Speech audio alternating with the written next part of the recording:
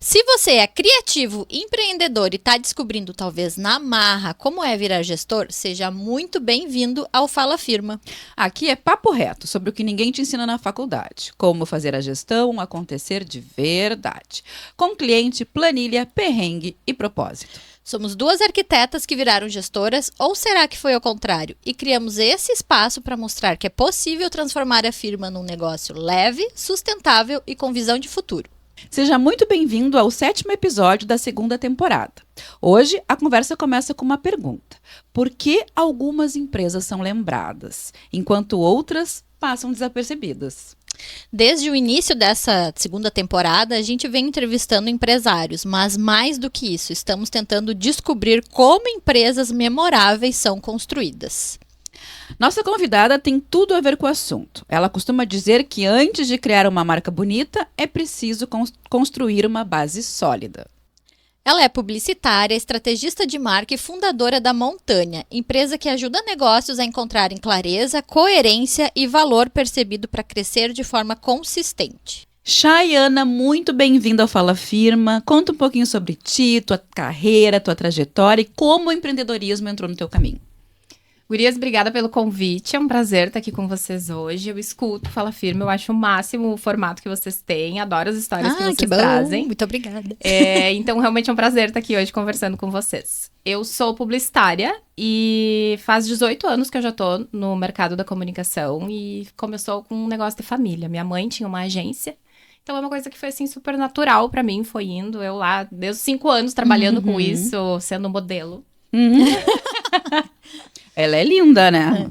Podia muito bem ser modelo. Ai, Deus me livre. E o meu negócio é ficar mais por trás mesmo. E, enfim, coisa de família, já foi indo, o negócio foi acontecendo, eu super me identificando, tudo muito natural, comunicação pra mim, né? E aí faltava aquela parte técnica, então entrei pra faculdade, já no primeiro semestre, estagiando, obviamente, na agência da minha mãe, mas assim, começando, pagando boleto, falando com o fornecedor, mandando coisa pra impressão, sou do tempo do fotolito. Fotolito. O que é fotolito? Fotolito é uma forma de impressão feita antigamente, onde tem nessas 4 cores básicas, que é o ciano, magenta e yellow. E qual é que é a outra? O black. K. O black é K. O black é K. E aí coloca uma sobre a outra e aí faz a impressão, né? Lá antigamente, como se fazia isso. Então, tudo muito manual, não tinha IA, não tinha e-mail, não tinha nada disso. Então, se fazia na mão mesmo. De mandar FTP, não confundam. Vamos lá. Bom, vamos já- lá. não. Vamos lá. Hoje, termos técnicos, traduza para os leigos como nós, por E para os favor. empreendedores que estão em casa nos ouvindo, assistindo, né? Mas ninguém vai precisar saber o que é isso hoje, porque isso só era feito antigamente. Então, Mas é a curiosidade das pessoas. sim. quando tava surgindo o computador, quando tava surgindo formas de se mandar as coisas, então meio que uma intranet se fazia com os fornecedores para poder mandar arquivos para impressão, quando já não tinha mais o fotolito. A gente já foi subindo as escadinhas aí, né? Mandava VT, você sabe, VT para produção lá das emissoras, enfim, para as OPECs, em XDCAM, em disquete, já mandei em CD, enfim. Então, assim, era um rolê bem... Eu lembro quando fizeram o Zip Drive. Gente, o Zip Drive... Que inovação. Era! Eu salvava, eu tava na faculdade nessa época, e aí, imagina, todos os arquivos em disquete, daí daqui a pouco fizeram o Zip Drive. Olha que máximo. Sei lá quanto é que armazenava o Zip Drive, não devia ser nada. Nada. 0 ponto nada. A minha carinha de nova não é à toa. Eu não nasci nesse tempo. Não faço ideia o que vocês estão falando. Eu não faço ideia o que vocês Ela já é do estão tempo falando. do CD. A gente gravava em CD. E aí, enfim, eu tinha toda essa loucura de ir pra RBS. Não vou falar. Pode falar. Aqui tá liberado. Tá, então saía pra... Até palavrão, pode. Então tamo em casa. Isso, aqui pode falar tudo, aqui tá tudo... Não, o Alexandre disse já que me palavrão cortou não aqui. pode. Mas tudo bem. Depois do YouTube vai. Tá, não, mas a Já gente me bota um cortou, pi. vai. Fala aqui. palavrão. Tá. Enfim, então até as 4 da tarde tinha que entregar pra OPEC o VT pra poder sair na segunda-feira. Se saía alguma coisa no final de semana, tinha que mandar antes. Se saía errado, só ia ver na segunda, só ia poder corrigir lá pra entrar na quarta-feira. Então não tinha nada dessas coisas de agilidade de hoje em dia. E eu entrei no mercado com esse, né, esse mecanismo funcionando dessa forma. E aí, quando eu terminei a faculdade, eu vim pra Porto Alegre. Eu sou natural de Santa Maria. Nota-se pelo sotaque, que eu ainda falo D. O D marcou. E a agência da tua mãe era de Santa Maria. Era de Santa Maria, exato. Era tudo de lá. E vou no mercado, não vou no super. Toma chimarrão, não chimas. Exato, tomo mate. Mate, isso aí. E aí, então, vim para Porto Alegre, trabalhei aqui numa grande agência, tive uma ótima experiência, aprendi muito, foi muito bom, atuei junto com o Carrefour, então foi uma experiência muito legal que eu tive. Por questões pessoais, tive que voltar para Santa Maria, então, né, família, enfim, meu padrasto adoeceu, minha mãe estava precisando de um auxílio, voltei para lá. E aí, nisso, questões de gestão, e daí a gente começa a ter atritos, né, geracionais, eu vindo de capital com Mil e uma ideias. Querendo implementar mil e umas coisas, e enfim, a coisa acabou não acontecendo ali junto com a mãe, que precisava sair, mas não queria delegar. Então, alguns atritos a gente teve, e eu resolvi que eu não ia, então, trabalhar na agência dela, e fui trabalhar em outro lugar. Fui trabalhar no marketing de uma empresa, que aí não me acertei muito com aquele movimento ali, não era bem o que eu tinha imaginado, o que eu tava gostando, e voltei pro rolê de agência. Por que eu falo rolê de agência? Porque é um universo mais maluco. Pois a impressão que eu tenho, assim, dos publicitários que eu conheço... São tudo fora do ar. Meu ex-marido é jornalista, mas trabalhou mais a vida inteira como publicitário. Tem um irmão que é jornalista, que também tinha uma empresa que trabalhava com publicidade. É que é um ritmo frenético. Né? Assim, de as pessoas virar à noite trabalhando, que tem campanha que tem que entregar. E é muito ruim porque romantizaram muito isso, né? De que acham bonito fazer terceiro, quarto turno, até às 10 da noite comendo pizza. O publicitário não toma água, toma só café. Eu, por questão gestora, eu não acho isso legal. Eu acho que isso é uma falta de planejamento, inclusive, uma falta de organização, né? Só que também...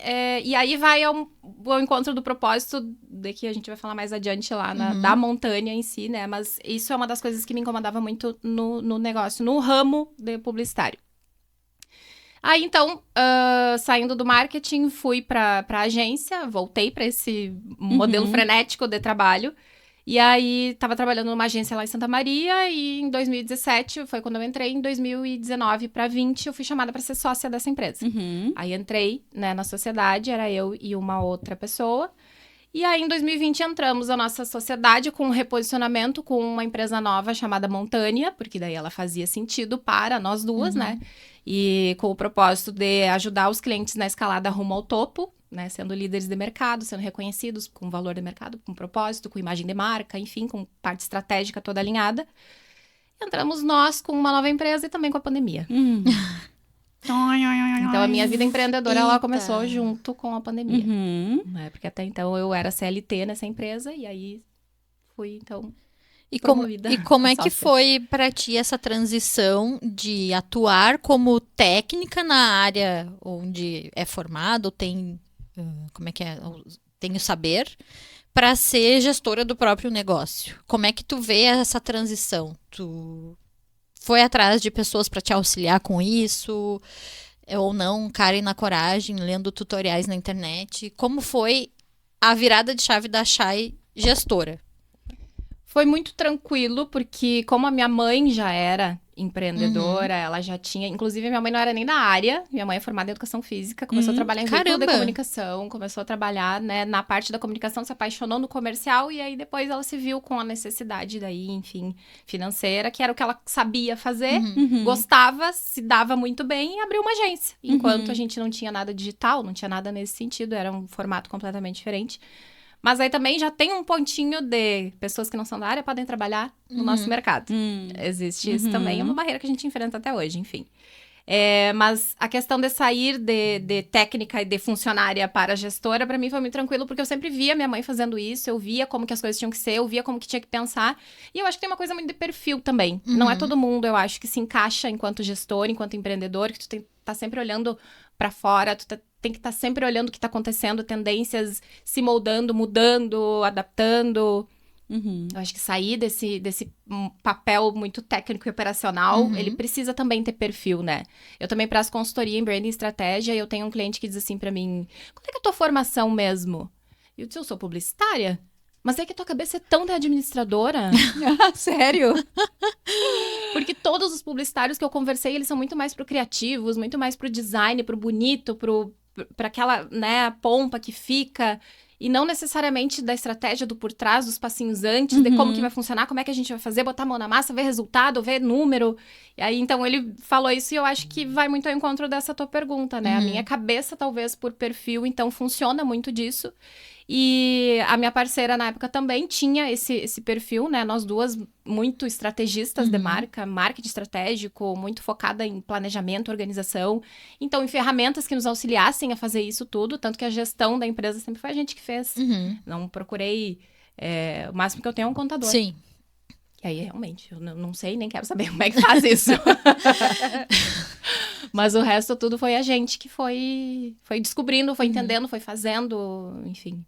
E conta um pouco pra nós, então, como que a Montanha funciona, o que que é a Montanha e com o que que ela trabalha, com quem, qual é o público-alvo. Conta tudo. Bom, com público-alvo eu já começo dizendo que somos uma empresa que atende empresas que entendem que a comunicação é uma ferramenta de crescimento. Né? Independente de porte, a gente já teve empresas com destaque nacional, a gente já teve empresas com destaque regional, a gente já tem empresas pequenas. Então, quem entende que a comunicação é uma ferramenta de crescimento, a gente está trabalhando junto. A Montanha, ela é uma agência, até a gente estava discutindo isso hoje, como que vai categorizar, né? No KNAI, ela está lá como uma agência de propaganda.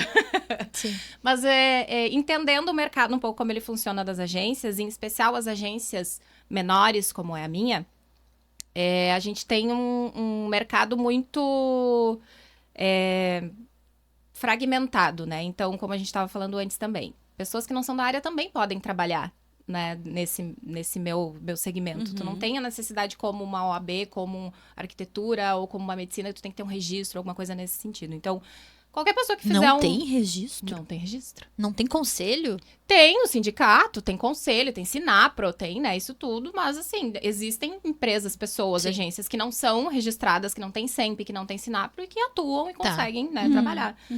Questões que impactam, por exemplo, se eu vou fazer algum material para a RBS exige que a agência anunciante tenha o registro no SEMP, por exemplo. Então, não é qualquer agência Sim. que vai conseguir ter um cliente que vai levar Sim. para uma RBS da Sim. vida.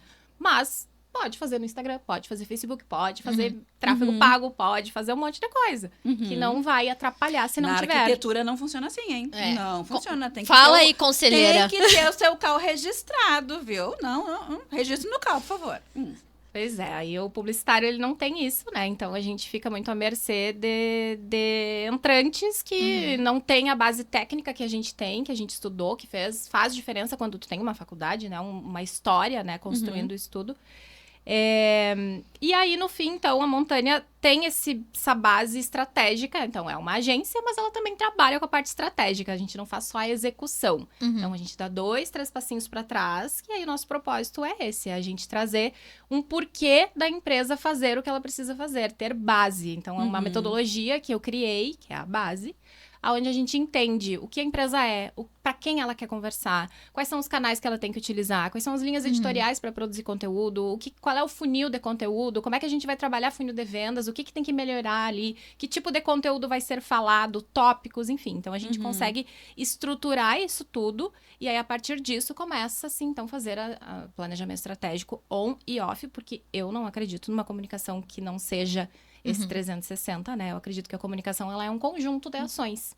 Então, que tem que estar interligado. O que tu tá falando no digital, o que tu tá falando no teu ponto de venda, o que tu tá falando na tua fachada, o que tu tá falando nas ações de relacionamento, em todos os pontos de contato com o teu cliente. On e off. E agora eu fiquei curiosa, porque eu tô interessada nesse teu trabalho.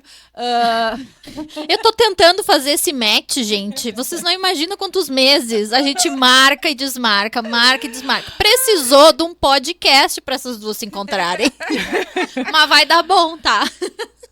Tá, tu faz toda essa parte do penso, vamos dizer assim, né? Isso, Do penso. isso. E aí, a execução disso vocês fazem também? Sim. Redes sociais, Sim. administração de redes sociais? Sim, redes sociais, tráfego pago, Aham. criativos, captação, desenvolvimento de site, desenvolvimento de identidade visual, Aham. tudo isso a gente faz. Então, é uma agência, mas ela não é só uma agência de execução. É uma agência que faz propaganda, estratégia, marketing, branding, comunicação, que são coisas diferentes, tá? Comunicação, branding, marketing Explica um pouco. Branding esse. O que é o branding? Esse branding, a vida inteira eu escuto branding.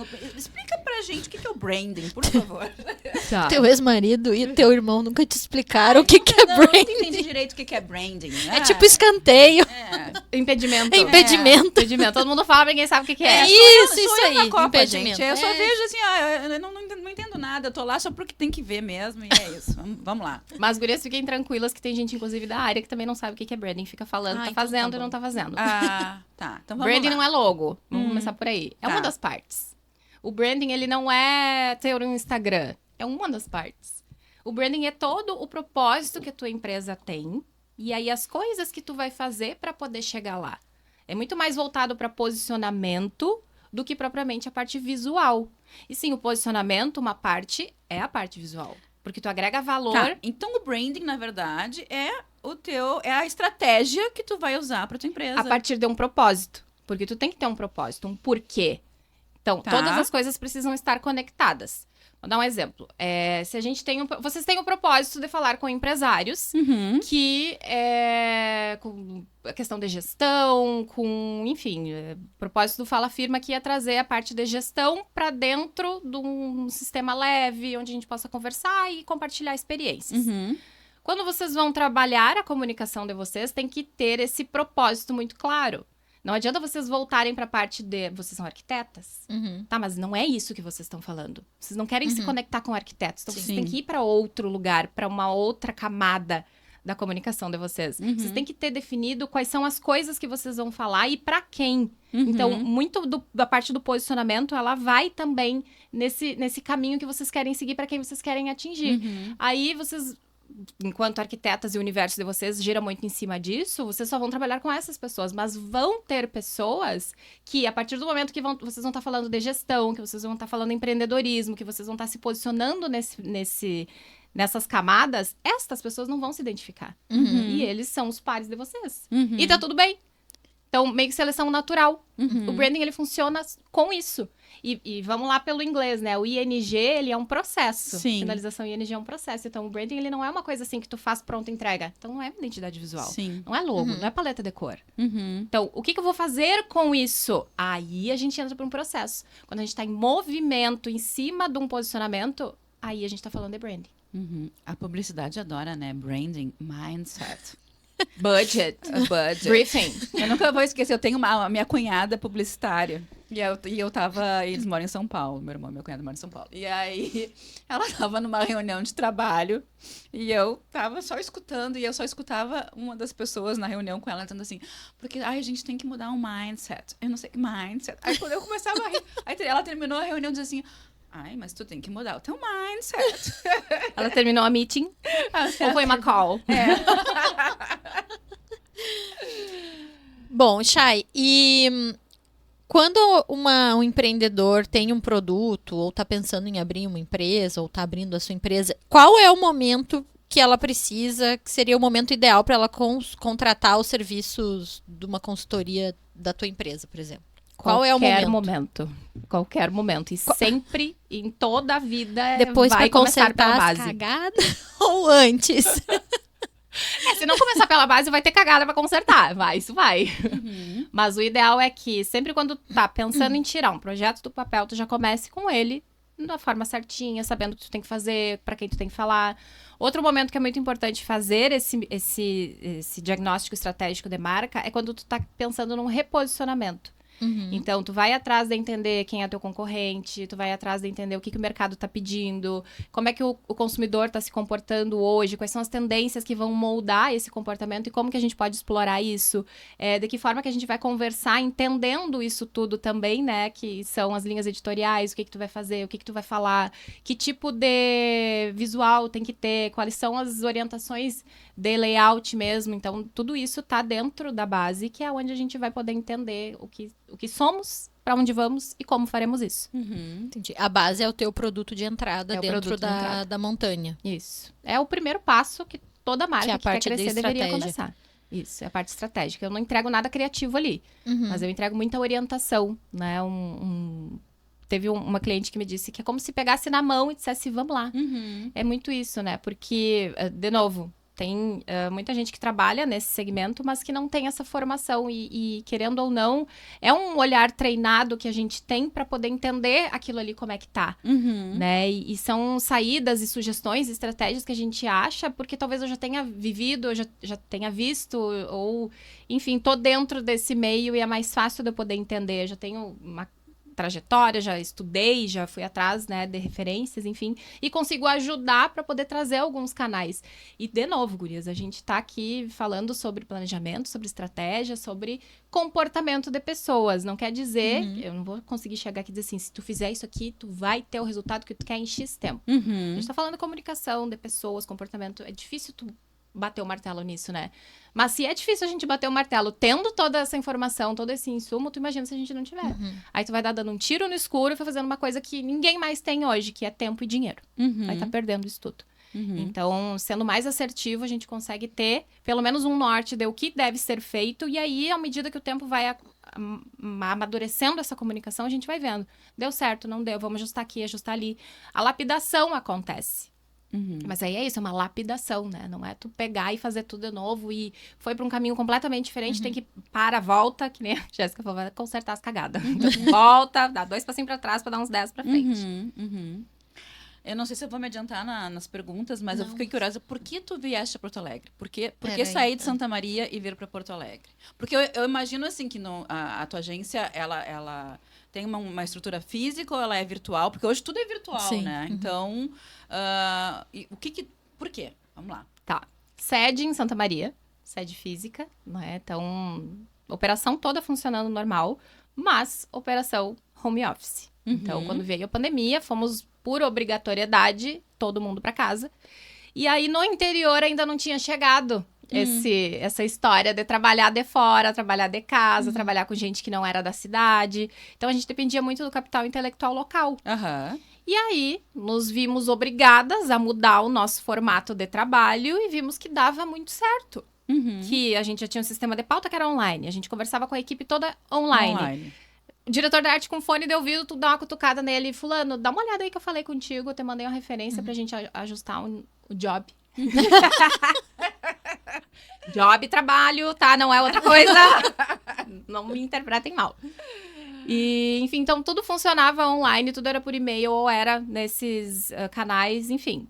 Super funcionou. E aí vimos que tinha a possibilidade de trabalhar com pessoas com outras experiências de outros lugares. E aí, pro nosso espanto, nós, Santa Maria, interior, mais conservador, né? Quando conversávamos com as pessoas de São Paulo, Rio de Janeiro, Minas. Ah, não, mas eu já trabalho nesse formato já tem uns 3 anos. E a gente entrando nesse modelo. Então, aí a gente conseguiu sair de uma estrutura de 140 metros quadrados e aí fomos para uma de 40, onde só tinha eu, essa outra, minha ex-sócia, e uma outra pessoa de atendimento. E a nossa sala de reuniões, que é onde a gente faz todo mês, a nossa alinhamento e desempenho, análise de performance, resultado, relatórios com os clientes, uma vez por mês. E é isso. E aí, surgiu, então, a possibilidade de virmos para Porto Alegre por questões familiares. Então, né, e além de gestora, empreendedora, publicitária, mãe, adoro um pádel, eu também sou casada. E aí, a gente tem que mudar algumas rotas, né, por conta de família, enfim. Meu marido trabalha com direito desportivo. E aí, em Santa Maria, obviamente, poucas são as possibilidades que a gente tem, além de ser longe de tudo. Né? E aí, nós com um filho pequeno, o Rafael começando a falar, dizendo, papai não chegou? Papai vai me buscar na escola? Papai não tá aqui ainda. Ele faz 13 em agosto. E aí, começou a pegar um pouco isso, né? Ele ficou por 4 anos, né? Viajando de terça a sexta-feira. Viajava todas as semanas aqui para Porto Alegre. Os clientes dele, a maioria são aqui. Mas se ele tiver que ir para os outros clientes, é muito mais fácil. Porque aqui tem um aeroporto, enfim, uma perda tudo. E quando era lá em Santa Maria, saía um dia antes, vinha para cá. Pra depois fazer. Um dia depois ainda, volta mais o trecho Porto Alegre Santa Maria. Uma função. E depois das enchentes, piorou tudo ainda, porque a estrada ficou horrorosa. Então, vamos lá, não temos mais 18 anos também. Ninguém mais aguenta ficar. A coluna velha chora toda vez que tem que ficar 4 horas dentro de um carro dirigindo. Então, aí a vida se moldou para que a gente fizesse esse movimento. Sabíamos que em algum momento isso ia acontecer e vimos a necessidade, então, de, chegou a hora, então, bora. E aí viemos para cá. Muito bem. E como é que tu vê, então, a Montanha daqui pra frente? Expansão da marca, começar a atender aqui em Porto Alegre, atende aqui em Porto Alegre. E como é que tu sentiu diferença do mercado nos diferentes locais que tu atua? Que a Montanha... Já errei 2 vezes, não vou errar de novo. Montanha atua.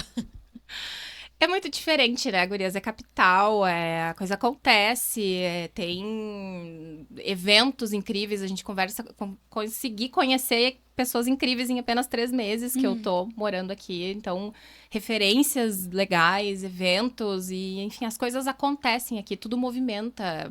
Santa Maria, mercado não abre no domingo.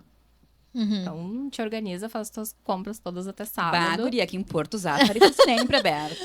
O super! Eu deixo pra ir no domingo só pra ter o gosto de poder ir num super domingo. Nos bastidores, a gente tava falando que como é difícil a gente encontrar uma pessoa nativa de Porto Alegre, né? E aqui a gente tem um exemplar. Né? Nasci chorando moinhos de vento. Ai, olha só, querida. Bem porto-alegrense, né? Daí a gente tava dizendo que o pessoal aqui do Bonfa fala assim, entendeu? Bem porto-alegrense. Não, mas eu acho que, Rafa, tu é uma das primeiras pessoas de Porto Alegre mesmo, que eu conheço. Porque, realmente, nesse tempo que eu tô aqui, e eu tô conhecendo muita gente, eu tô adorando essa movimentação toda que tá sendo feita. Mas a maioria das pessoas não são daqui. É todo mundo que veio de fora, veio do interior. E aí vem aquela conversa. Tá, mas tu é de Santa Maria, tu é filho de quem? Tu é primo de quem? E o pior é que eu já achei conhecidos aqui. Viu? Todo mundo conhece alguém, né? Todo mundo conhece alguém. Bom, e a inteligência artificial? Como que vai atingir o teu trabalho? Como atinge? O que tu vai fazer com ela? Tá facilitando ou tu tá perdendo o mercado por isso? Como vai, não. Como já está atingindo, né? Uhum. Eu acho assim, não me preocupo com a inteligência artificial vai te substituir. Não. Porque para ela poder fazer alguma coisa, tu tem que saber solicitar, tu tem que saber pedir, tu tem que fazer um briefing bem feito, tu tem que dar as informações. Porque senão a informação que vier, ela já vai ser muito direcionada a partir da forma como tu pediu. Né? Então, eu acho que para análise, para pesquisa, para planejamentos, para uma parte mais estratégica, ela muito funciona, ela me ajuda a pesquisar muito.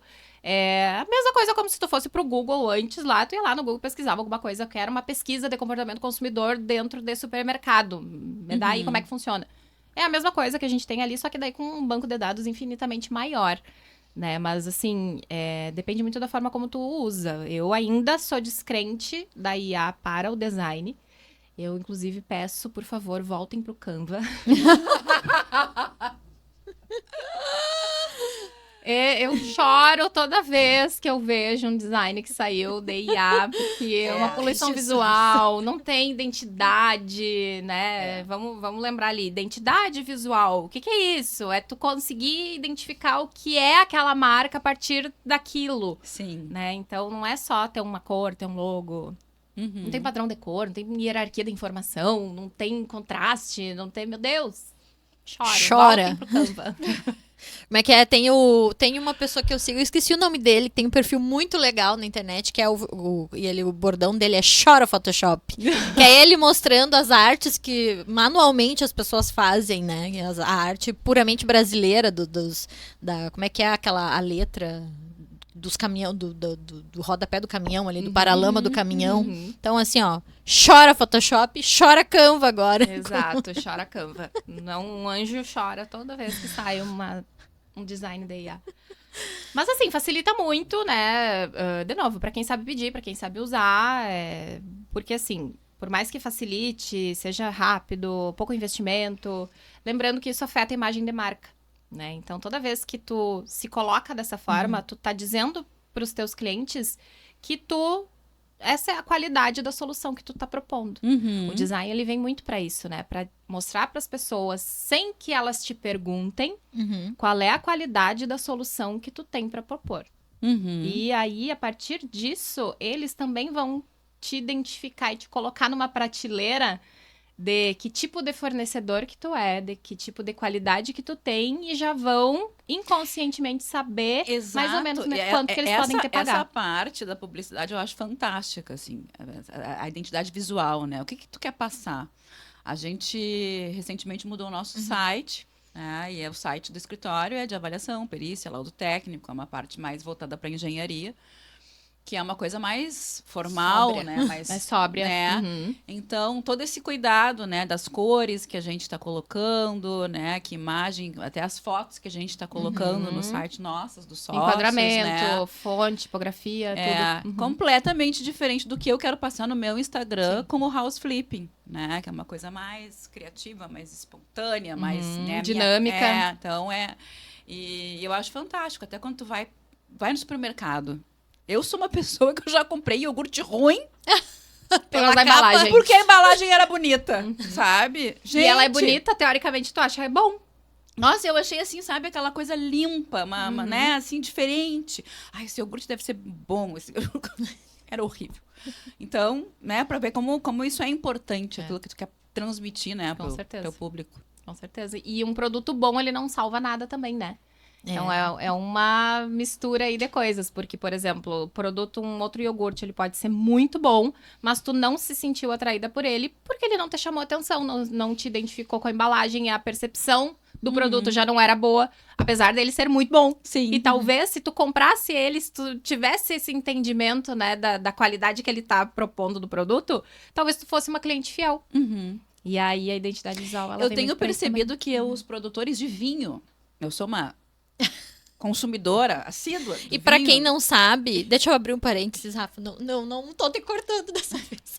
A gente grava geralmente tomando espumante. Só que hoje a gravação está sendo antes do meio-dia. Então a gente tá tomando café, né? A Não- Chay se deu mal, coitada. Me lasquei. Vocês Mas estão me então- devendo agora. Exato. Fica a dívida. Mas com o frio que tá, nós estamos em Porto Alegre, hoje tá acordamos com 6 graus, agora deve estar uns 10, 12. Hoje tá mais pra vinho. Hoje né? tá pra vinho. Por isso Mas que eu me lembrei vai do lá. vinho, né? E eu tenho percebido que os produtores de vinho têm investido muito nos seus rótulos. E eles têm limpado, né? Porque, assim, antigamente aqueles rótulos de vinho eram super poluídos, com um monte de informação. E agora eles estão investindo num design mais limpo, minimalista. uma coisa mais sofisticada. Isso é uma tendência? Em geral ou não? Pode ser, eu acredito que sim, e que vai exatamente ao oposto do que a IA faz. Sim. Que aí qualquer um chega lá, produz, faz, e aí a gente percebe que sai o quê? Um design muito poluído, um design cheio de elementos, que talvez às vezes eles nem se conversam, né? Então é muita coisa, tem splash, tem sombra, tem contraste, tem um brilho, meu Deus, é um monte de coisa. E já por teoria, a gente sabe que designs mais poluídos, eles tendem a ter uma pegada um pouco mais popular. E aí, cada vez mais, o minimalismo tá indo para produtos premium, né? Nesse caso do vinho, produtos mais premium, uma conexão mais refinada, alguma coisa um pouco mais delicada, coisas nesse sentido. E aí eu tenho me divertido, porque eu vou no supermercado, essa embalagem eu ainda não consumi, né? Olha Claro aí. que eu olho de onde é que tá vendo o vinho, qual é a uva, né? Mas enfim, aí eu, essa daqui dessa embalagem diferente eu vou experimentar. Então é até divertido, né? A gente vai ficar... Que não Mudando, fica só no assim, iorgurte, né? né? Vai pro vinho também. Eu acho que eu vou, quando a gente no for fazer vinho, um estudo de campo pra vinho, de embalagem de vinho, me chama. Como é que é? No vinho eu tenho me dado melhor do que no iogurte. Seguimos então no vinho. Chay, conta um pouco mais de quem é você fora da firma. Fora da firma, eu sou uma pessoa com hiperfoco em pádel. Nossa, Cada um, cada cada qual. É isso aí. Exato. Tem uma que tem hiperfoco em vinho, outra em pádel. Exato, mas nada impede que essas coisas se conectem. Com certeza. Muito das duas. Depois do pádel, dá pra tomar um vinho. Exato. Ou antes, às vezes, pra dar uma aliviada na mão ali, tá tudo certo, cada um com sua estratégia. Eu sou mãe, né, do Rafa. O Rafael vai fazer 3 anos. Eu sou casada com o Thiago. Eu sou apaixonada por esporte no geral. Adoro qualquer um. Herança da mãe, que era formada em educação física. Física, exato. Joguei vôlei por 20 anos. E aí tive que operar o joelho 2 vezes. Caraca. E os 2 problemas foram jogando em quadra. Putz. Enfim, Eu E nunca aí- fui atleta e eu operei os 2 também. Então tá tudo certo. Viu? Ó, quem sabe eu até nem me escapasse, então. Pode ser que tomar vinho também seja perigoso. Deixa a gente mais molinha, pode cair mais fácil. Vai também. saber o que aconteceu aí. Ai, gente. Bom, a gente tá indo pro nosso final da nossa conversa, mas tem alguns quadros fixos, algumas perguntas que a gente sempre faz para os nossos entrevistados. O primeiro deles, a gente sempre pede pro entrevistado nos indicar primeiro algum material, algum livro, algum autor, algum podcast na área do empreendedorismo ou na tua área em específico. E também o que tu tá gostando de ler fora de técnico que tu quer nos indicar. Então, estamos abertos a receber indicações. Eu acho que para entender muito sobre branding, vale as leituras da Ana Couto. Eu adoro tudo que sai dela. Eu fiz vários cursos dela. Ela é ótima. Para mim, a pessoa que mais entende sobre branding no Brasil é a Ana Couto. Então, A Revolução do Branding foi o último lançamento dela. Eu acho incrível esse livro. Eu super indico. E eu gosto muito também de um livro do Donald Miller, que é Building a Story Brand. Que aí a gente vai construindo histórias de marca, storytelling, muito nesse sentido, né? Então, também é legal para as marcas que querem trabalhar com branding ter um storytelling alinhado. E aí, fora isso, eu amo Sutil Arte de Ligar o Foda-se. Que é incrível, clássico, esse nunca sai de moda. É maravilhoso para tudo. Esse eu já li. E eu gosto muito da série que eu tava olhando agora, por último, foi a Dona da Bola. Turning Point. Não conheço. É uma herdeira de um time de basquete. E aí que no fim o pai morre e, pelas circunstâncias, ela que tem que assumir a presidência. E aí ela começa a tomar decisões estratégicas e ela vai pesquisando. E tem um capítulo, inclusive, que é muito legal, que aí ela, enquanto mulher, não se identificava com esse mercado mais masculino.